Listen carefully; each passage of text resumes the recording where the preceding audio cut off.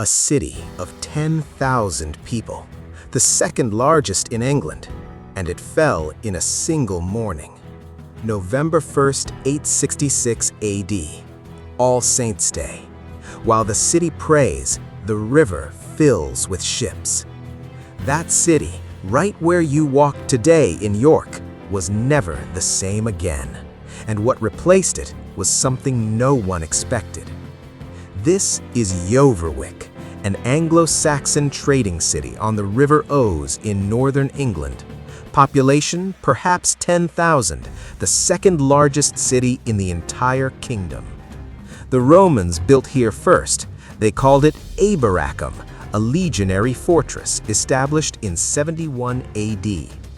800 years later, those walls still stand. The Anglo-Saxons simply moved inside them. By 866 AD, Jórvík is the capital of the Kingdom of Northumbria, a Christian kingdom stretching from the Humber to the Firth of Forth. It has a cathedral, a mint, an archbishop. Alcuin of York, one of the greatest scholars of the early medieval world, was educated here. He went on to run Charlemagne's palace school. This city produced him. That tells you something. But in 866, this kingdom is at war with itself. King Osbert has been deposed. A rival, Eol, has seized the throne. Two Northumbrian factions face each other across their own country. Nobody is watching the coast. Meanwhile, in East Anglia, 200 miles south, something unprecedented has landed. The Anglo-Saxon Chronicle calls it the Mitchell Hare, the Great Heathen Army. Historians today estimate 3,000 to 5,000 warriors. Some argue more. Who leads them? The sources name Halfdan and Ivar. Later Norse saga tradition adds Ubbe. These are sons or close associates of the legendary Ragnar Lothbrok, though historians debate how much of Ragnar is history and how much is myth. In autumn 866, the army moves north. They cross the Humber. They know exactly what they're doing. A kingdom at war with itself, a wealthy trading city, undefended river access. This is not a raid. This is a plan. November 1st, All Saints' Day. The fleet reaches the Ouse before dawn. Inside Jórvík, the church bells are ringing for morning prayer.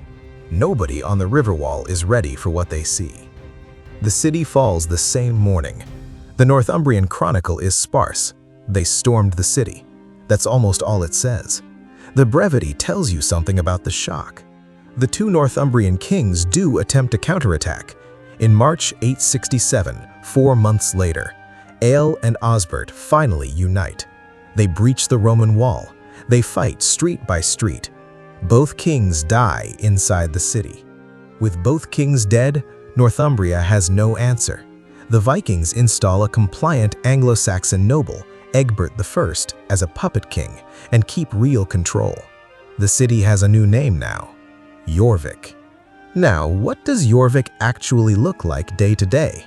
Because here is what surprises most people. The Vikings don't tear it down. They move in. They start trading. Within a decade, the city is bigger than before.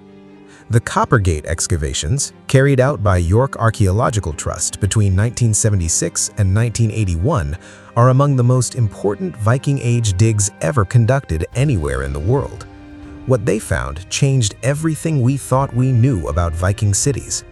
People live in these same buildings they work in. One room, a central hearth. No chimney. Smoke finds its way out through the thatch. Archaeologists found the floors, layers of compressed organic material, straw, food scraps, animal dung. The smell would stop you in your tracks. What did they eat? Coppergate's soil gave up thousands of food remains. Barley, rye, oats, fish bones in vast quantities, herring, eel from the Ouse, cattle, pig, sheep, and something unexpected, coriander seeds, dill, imported spices from the continent. Jórvík has its own mint. Tens of thousands of coins survive from this period. Some carry the names of Norse kings, Halfdan, Guthfrid, Sihtric. Some show a Christian cross. Some show Thor's hammer. On the same coin, the city is negotiating two worlds at once. Religion shifts fast in Jórvík. The Norse settlers bring Odin and Thor, but within a generation, sometimes within a single lifetime, conversion to Christianity accelerates. Archaeologists have found molds that cast both Thor's hammer pendants and Christian cross pendants. Identical shape, same mold. The craftsmen weren't fussy. Health in Jórvík is poor by any modern measure. Skeletal evidence shows spinal degeneration from heavy labor beginning in adolescence, dental decay from grain-heavy diet. Life expectancy for adults who survived childhood, perhaps 35 to 40 years. Most people you see in this city are young. Children in Jórvík grow up fast. By age 7 or 8, most are working alongside parents. Excavations found children's leather shoes, tiny, carefully made, a wooden toy sword, a small ice skate carved from animal bone. These people had childhoods, brief but real. By 900 AD, Jórvík may hold 10,000 people. By 950 AD, possibly 15,000. It becomes the commercial capital of the north, and its trade connections are extraordinary. Irish sea silver, Frankish wine, silk from Byzantium, Arabic coins from the Islamic world, all recovered here. Dawn in Jórvík begins at the river. Before the market opens, before the workshops fire up, the fishermen are already out. The Ouse and the Foss together fed this city. Eel, pike, perch, roach. Thousands of fish bones recovered from Coppergate soil tell us exactly what they caught. Bread is the foundation of every meal. Rye and barley mostly. Wheat is expensive and imported. The women of Jórvík grind grain every morning on rotary querns. Archaeologists found the quern stones. They also found the skeletal evidence, worn teeth and damaged spines from a lifetime of that grinding work. Textile production is everywhere in Jórvík. Wool from Northumbrian sheep, linen from locally grown flax. Excavations found spindle whorls, the small weighted discs used in spinning, by the hundred. Every household spins, every household weaves. Clothing is not bought, it is made, worn, repaired, and made again. The streets of Jórvík are not clean. Archaeology makes this absolutely clear. Animal dung, rotting food scraps, human waste, all compressed into the floor layers that preserved the city so well. Pigs roam freely, horses stand at every gate. The smell of Jórvík would be the first thing to overwhelm a modern visitor. Before the amber, before the bread, the smell. The blacksmith is the most important craftsman in any early medieval city. Without iron, there are no tools, no weapons, no ship fittings, no agricultural equipment. The Jórvík smith works from a small forge but produces everything the city needs: nails, knives, locks, keys, shears, hooks, hinges. Norse women in Jórvík hold a legal status that surprises most people today.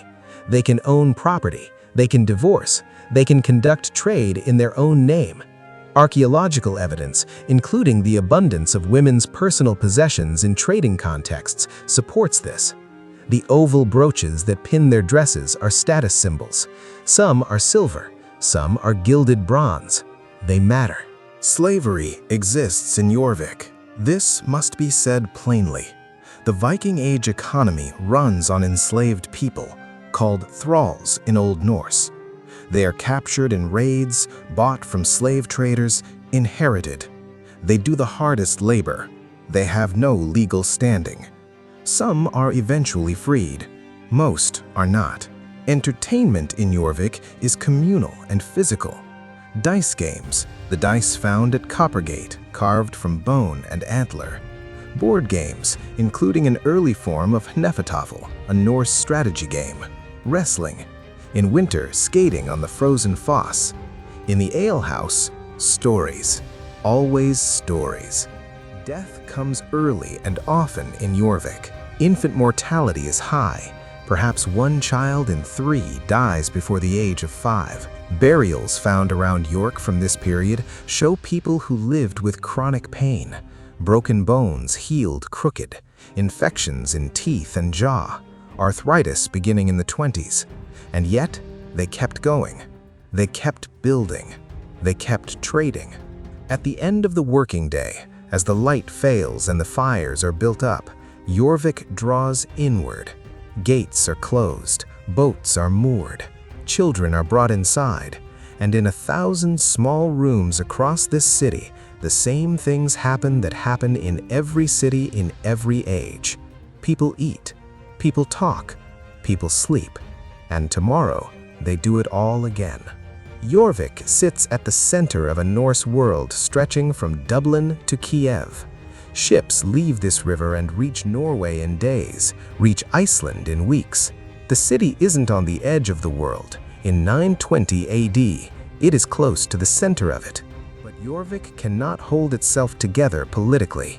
The Norse kings of York fight constantly, with each other, with the kings of Dublin, with the growing power of Wessex to the south. The city changes hands 7 times between 866 and 954. The threat from Wessex grows. Athelstan, king of the English, takes Jorvik in 927.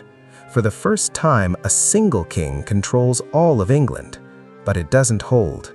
Norse kings return. The city bounces between worlds. The last Viking king of Jorvik is Eric, known to later saga tradition as Eric Bloodaxe, though that name doesn't appear in contemporary English sources. He rules twice. He is expelled twice. In 954, he is killed at Stainmore in the Pennines, and Jorvik becomes York, for good. Where the Norse workshop district of Coppergate once rang with bone carvers and amber turners, you'll find a shopping center today. Same street, same name. The name itself is Old Norse, Kaupmangata, Merchants Street. Below the floor of that shopping center, the actual Viking Age street surface is preserved. The York Archaeological Trust excavated it. The timbers are still there, still wet from the waterlogged soil that kept them, still 1,100 years old. Walk the streets of York today, and the Norse legacy is literally underfoot. Gudrumgate, Mickgate, Gillygate, Stonegate. Every name ending in gate is Old Norse, gata, a road. You speak their language without knowing it. Think about what that craftsman at Coppergate actually left behind. Not just the combs and the amber beads found in the soil. The street, the name of the street, the layout of the city. Cities are the longest-lasting things human beings make. In 866, a great army came up this river. They came for wealth and land. What they built, accidentally in the course of living, was one of the most cosmopolitan cities in early medieval Europe. Norse, Anglo-Saxon, Irish, Frisian, Christian, pagan, all of it at once. The city they built is still here, under your feet, in the names of the streets, in the timbers preserved below a shopping center floor. If you want to know which city we visit next, tell us in the comments. And if this took you somewhere, you know what to do. As always, we'll see you in the past.